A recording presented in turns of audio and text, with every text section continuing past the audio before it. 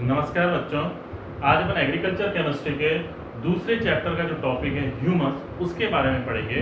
तो ह्यूमस पढ़ने से पहले अपन जो इसका पहले वाला जो वीडियो है उसके बारे में थोड़ा डिस्कस कर लेते हैं कि अपन ने क्या क्या टॉपिक पढ़ लिया। इससे पहले अपन ने जीवांश जितने भी पदार्थ हैं उनका विच्छेदन किस प्रकार से होता है और उन जीवांश पदार्थों के विच्छेदन को प्रभावित करने वाले कौन कौन से कारक हैं उन सब के बारे में अपन ने पढ़ा था। जीवांश पदार्थ जो होते हैं वो जीव जंतु और पेड़ पौधों के कुछ अवशेष होते हैं जो सूक्ष्म जीवों द्वारा अपघटित कर दिए जाते हैं, विच्छेदित किए जाते हैं, उन्हें ही हम जीवांश पदार्थ कहते हैं। तो आज हम उसमें पढ़ेंगे ह्यूमस क्या होता है। ह्यूमस जो होता है वो वास्तव में जीवांश जितने भी पदार्थ होते हैं यानी पेड़ पौधे और जीव जंतु, इनके जो अवशेष होते हैं जैसे जड़, तना, पत्तियां, जंतुओं के कटे हुए भाग, अपघटित भाग जो होते हैं, इन सारों का मृदा के अंदर जो सूक्ष्म जीव पाए जाते हैं वो उसमें इन जो भाग होते हैं उनका विघटन करते हैं, अपघटन कर देते हैं और उनको सरल पदार्थों में बदल देते हैं। और सरल पदार्थों में बदलने के बाद जो गहरे भूरे या काले रंग का एक कॉलोइडी पदार्थ बनता है उस पदार्थ को ही बच्चों ह्यूमस कहा जाता है। तो ह्यूमस जो होता है वास्तव में वो जीवांश पदार्थों के विच्छेदन से बना एक गहरे भूरे या काले रंग का कॉलोइडी पदार्थ होता है जिसे ही ह्यूमस कहा जाता है। ये मृदा के लिए बहुत ही उपयोगी होता है, इससे मृदा उपजाऊ बनती है। ये कार्बनिक पदार्थों का एक जटिल मिश्रण होता है। वैज्ञानिक बेकमैन और ब्रेडी जो थे उन्होंने ह्यूमस की एक बहुत अच्छी परिभाषा दी, उन्होंने इसको कंप्लीट परिभाषित किया। उन्होंने बताया कि ह्यूमस जो होते हैं वो गहरे भूरे काले रंग के अक्रिस्टलीय कॉलोइडी पदार्थ के जटिल और रोधक मिश्रण होते हैं जो मूल ऊतकों से रूपांतरित या विभिन्न मृदा जीवों द्वारा संश्लेषित होते हैं। मतलब उन्होंने ये बताया कि ये वे जटिल पदार्थ होते हैं जो मृदा में पाए जाने वाले जितने भी सूक्ष्म जीव होते हैं उनके द्वारा संश्लेषित किए जाते हैं, उन्हें हम क्या कहते हैं, ह्यूमस कह देते हैं। ह्यूमिक पदार्थ यानी ह्यूमस में जो एक पदार्थ पाया जाता है उसे हम ह्यूमिक पदार्थ कहते हैं। ह्यूमिक पदार्थ में तीन प्रकार के अंश पाए जाते हैं, एक होता है फल्विक अम्ल, ह्यूमिक अम्ल और ह्यूमिन। ये तीन प्रकार के जो पदार्थ होते हैं, इन तीनों प्रकार के पदार्थों की क्या विशेषता है अपन देखते हैं कि फल्विक अम्ल जो होता है यह जल, अम्ल और क्षार तीनों में ही बहुत अधिक घुलनशील होता है, बहुत जल्दी मिक्स हो जाता है, घुल जाता है। यह पीले से पीले भूरे रंग का पदार्थ होता है। यानी फल्विक अम्ल जो होता है एक पीले से पीले भूरे रंग का पदार्थ होता है जो अम्ल, क्षार और जल तीनों में ही आसानी से घुल जाता है। दूसरा जो होता है ह्यूमिक अम्ल। ह्यूमिक अम्ल क्या होता है, यह केवल क्षार में ही घुलनशील होता है और यह गहरे भूरे से काले रंग का पदार्थ होता है जो केवल क्षार में घुलता है। तीसरा ह्यूमिन होता है। ह्यूमिन जो होता है ये अघुलनशील होता है, ये न तो जल में घुलता है, न अम्ल में घुलता है और न ही क्षारों में घुलता है और ये अघुलनशील पदार्थ होता है। तो ये ह्यूमस जो होता है इसमें ये तीन प्रकार के पदार्थ पाए जाते हैं बच्चों, फल्विक अम्ल, ह्यूमिक अम्ल और ह्यूमिन। ये तीनों के तीनों इसमें पाए जाते हैं। अब अपन बात करते हैं ह्यूमस के गुणों की कि ह्यूमस के कौन कौन से गुण होते हैं, इन गुणों की क्या क्या विशेषताएं होती हैं, इसके भौतिक गुण और रासायनिक गुणों के बारे में अपन पढ़ते हैं। बच्चों देखते हैं अपन ह्यूमस के भौतिक गुण क्या होते हैं। ह्यूमस जो होता है वो गहरे भूरे रंग का जटिल पदार्थ होता है। ये अपन अभी पढ़ा है कि ह्यूमस जो होता है वो एक गहरे और भूरे रंग का जटिल पदार्थ होता है। यह अक्रिय तथा कॉलोइडी पदार्थ होता है, यानी अक्रिस्टलीय तो होता ही है, अक्रिस्टलीय और कॉलोइडी पदार्थ होता है, कॉलोइडी विलयन का निर्माण करता है।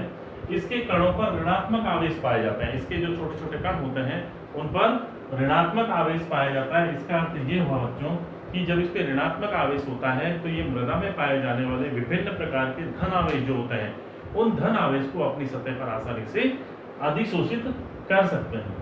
फिर हम बात करते हैं इसके अगले गुण की, सुघट्यता और ससंजन क्षमता दोनों ही इसमें बहुत कम पाई जाती हैं। ये दोनों गुण बहुत कम होते हैं। जल में ये अविलय होता है परंतु मंद अम्ल और क्षारों में ये विलय होता है। यानी जल में तो ये नहीं घुलता लेकिन अम्ल और क्षारों में विलय होकर के कॉलोइडी विलयन का निर्माण कर देता है। अम्लीय गुण होने के कारण, क्योंकि ये जो होता है वो अम्लीय गुण होता है, इसलिए इसकी जल धारण क्षमता भी अधिक होती है। यानी ह्यूमस जो होता है वो अम्लीय गुण का होता है और इसकी जल धारण क्षमता भी अधिक होती है। फूलने और सिकुड़ने का गुण भी इसमें पाया जाता है, यानी ये फूलता भी है और सिकुड़ता भी है, दोनों ही गुण इसमें पाए जाते हैं। संतृप्त वायुमंडल से 2 से 6 गुना अधिक जल शोषित करने की इसमें क्षमता पाई जाती है, यानी अगर संतृप्त वायुमंडल है तो उस वायुमंडल में से ये 2 से 6 गुना अधिक जल को शोषित कर लेता है, ये इसमें गुण पाए जाते हैं। तो ये इसके कुछ भौतिक गुण हैं बच्चों। अब अपन बात करते हैं इसके रासायनिक गुणों की, कि इसमें कौन कौन से रासायनिक गुण इसके पाए जाते हैं। ह्यूमस के रासायनिक गुण अपन देखते हैं।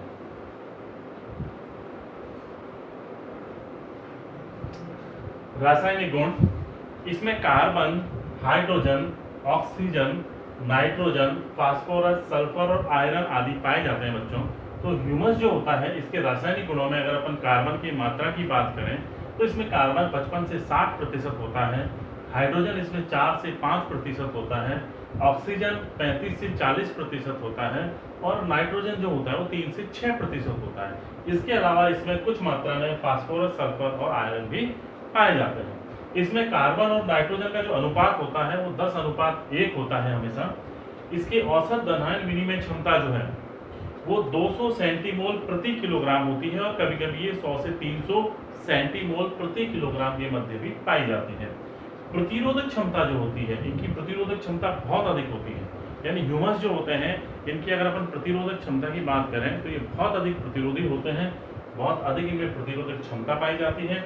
और हाइड्रोजन परऑक्साइड H2O2 यानी हाइड्रोजन परऑक्साइड द्वारा इसका ऑक्सीकरण आसानी से हो जाता है। तो ये बच्चों कुछ इसके रासायनिक गुण हैं जो इसमें पाए जाते हैं। अब अगर हम बात करते हैं इसके अगले टॉपिक की, कि ह्यूमस का निर्माण जो है वो किस प्रकार से होता है, ह्यूमस कैसे बनता है, इसमें कौन कौन सी प्रक्रिया आती हैं, ये सारी चीजें हम अपन इसमें पढ़ेंगे।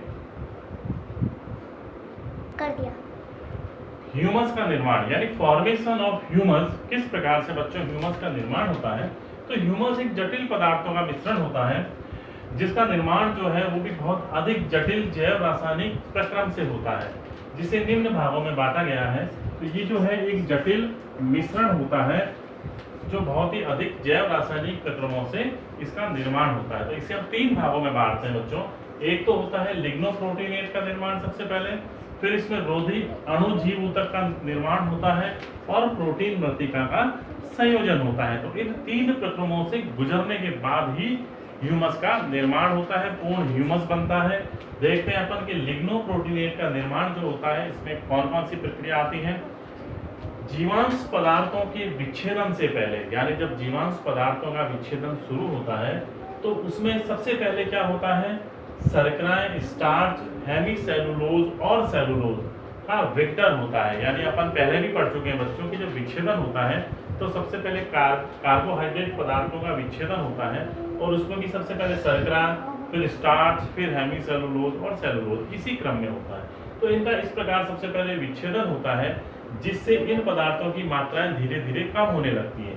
यानी ये मात्राएं जो होती हैं जीवांश पदार्थों में से कम होने लगती हैं और लिग्निन और तेल वसा की मात्राएं बढ़ जाती है, क्योंकि इनका विच्छेदन हो जाता है, वेक्टर हो जाता है, तो तेल और वसा जो होती है और लिग्निन पदार्थ जो होता है उसकी मात्रा अधिक हो जाती है।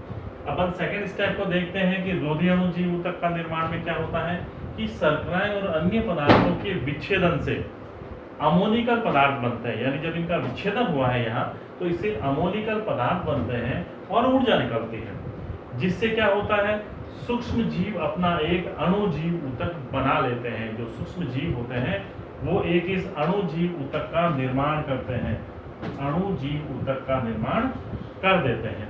कार्बनिक पदार्थों के विच्छेदन से पॉलीयूरोनाइड नामक, ये पॉलीयूरोनाइड नामक एक यौगिक का संश्लेषण हो जाता है इस स्टेप में। फिर अपन तीसरा स्टेप देखते हैं प्रोटीन मृतिका संयोजन में, कि क्ले एक अम्लीय लवण होता है। क्ले जो होता है वास्तव में एक अम्लीय लवण होता है, इसमें अधिक अम्लीय गुण पाए जाते हैं जबकि प्रोटीन में क्षारीय गुण पाए जाते हैं।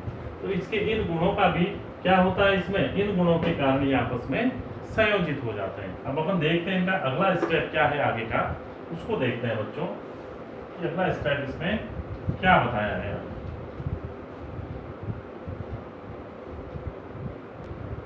देखिए अगला इसका स्टेप अपन देखते हैं लिग्नोप्रोटीनेट के निर्माण में, कि ये प्रतिरोधी पदार्थ नाइट्रोजनी पदार्थ के साथ संयोग करके, यानी जो पदार्थ बनते हैं वो नाइट्रोजनी पदार्थ के साथ संयोग करके लिग्नोप्रोटीनेट यौगिक बना देते हैं। इस प्रकार हमारे यहाँ पर लिग्नोप्रोटीनेट का निर्माण पूर्ण हो जाता है। इस स्टेप होने के बाद में रोधी अणु के अपन ने जो स्टेप पढ़ लिए थे बच्चों, उस स्टेप से आगे अपन पढ़ते हैं कि जो यौगिक अणु बनते हैं, यानी अणु जीव ऊतक का जो निर्माण होता है, ये यौगिक अणु जीव ऊतक के साथ मिल जाते हैं। जो यौगिक का विच्छेदन होता है वो इस अणु जीव ऊतक के साथ में मिल जाते हैं और सूक्ष्म जीवों के मरने पर इनका विच्छेदन बहुत कम हो जाता है तथा ये मृदा में इकट्ठे होते रहते हैं। इस प्रकार अणु जीव ऊतक जो होते हैं वो मृदा में इकट्ठे होते रहते हैं और उनका वहां पर संग्रहण हो जाता है।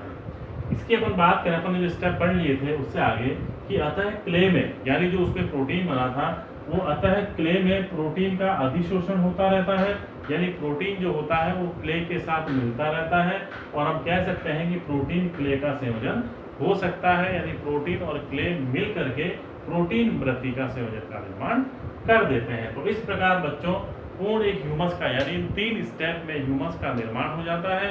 ह्यूमस अपन जानते हैं कि एक जटिल कार्बनिक पदार्थ होता है जो गहरे भूरे या काले रंग का होता है और ये मृदा में मिल करके और मृदा को उपजाऊ बनाने का कार्य करता है। अब अपन देखते हैं कि ह्यूमस का रासायनिक संगठन क्या होता है, इसमें कौन कौन से पदार्थ जो होते हैं वो कितनी कितनी मात्रा में पाए जाते हैं, उसको अपन इसका कहते हैं रासायनिक संगठन। तो अपन ह्यूमस के रासायनिक संगठन की बात करते हैं।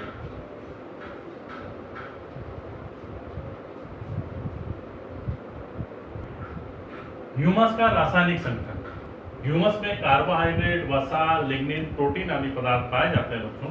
तो कार्बोहाइड्रेट जो होते हैं उसमें सेलुलोज और हेमीसेलुलोज पाए जाते हैं। हेमीसेलुलोज जो होता है वो इसमें 3 से 5% होता है, जबकि सेलुलोज जो होता है वो 5 से 12% होता है।